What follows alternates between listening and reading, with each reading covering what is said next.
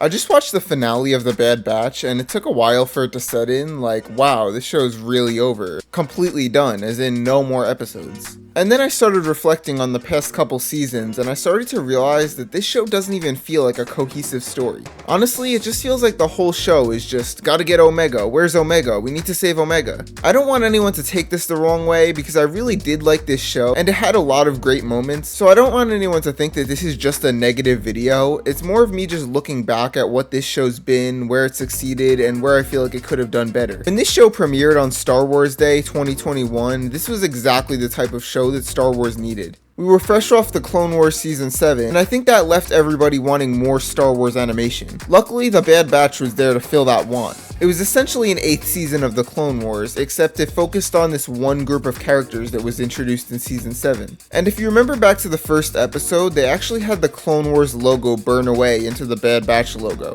clearly showing that this was in every way meant to be a continuation of the Clone Wars.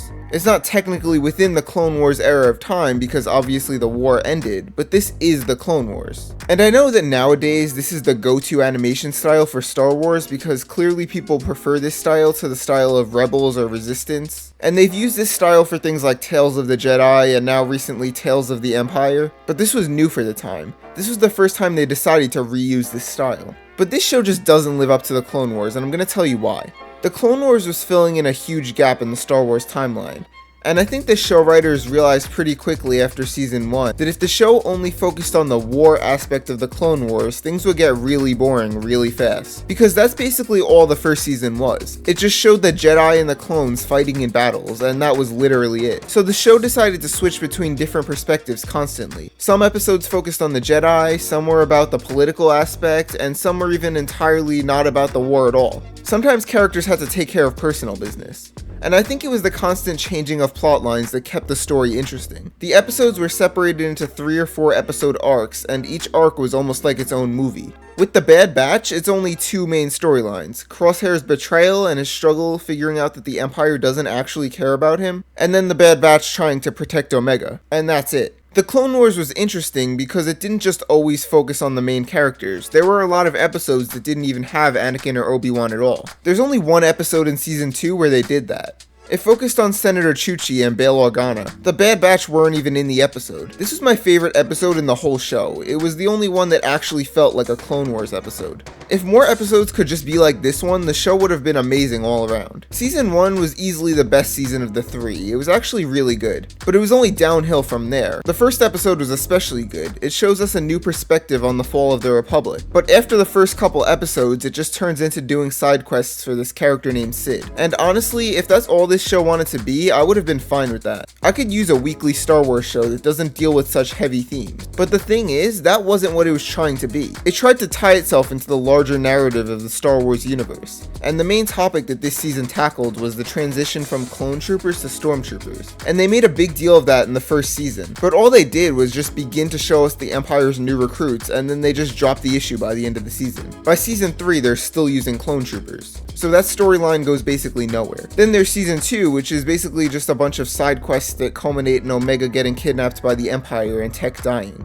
The season in general just wasn't that eventful, but if there's anything that you're meant to take away from it, it's that Omega is of some importance to the Empire. But the mystery is why. This single loose end is basically what's meant to keep the viewer's attention throughout the show. And yes, I know that it's obviously meant to tie into the plotline of Palpatine returning in The Rise of Skywalker, but for an animated show that's targeted more towards dedicated Star Wars fans, most people are watching to get a deeper understanding of just how he was able to return. So anyway, throughout Season 3, we keep getting little hints as to what Omega's importance is. But I feel like by this point, the story's just dragging its feet. And when they reveal that she's involved in Project Necromancer, I think that most viewers already figured that out. Not that they even did a good job of explaining what that is. You would only recognize that name if you follow other Star Wars series like The Mandalorian. But this whole season, I'm just waiting for the big reveal of what the Empire's plans really are. Maybe to even have Palpatine explain it himself. So once I get to the last episode, I'm going, okay, they still haven't told me the big secret yet, so it has to be in this episode, right? No, No, nothing. They wrap up this show without even answering the main question that's been driving the show since episode 1. And they dropped the plotline so hard too, it's almost like they did it on purpose. They just have all the research get blown up without telling us what it was for. And then Tarkin comes in and basically says that it wasn't important anyway, and orders that they divert funding to building the Death Star. And this is where my main issue with the show is. I honestly didn't have much of a problem with the show as a whole up until this last episode, but it made me realize that this show has a huge problem with dragging out a storyline and making you think it's important,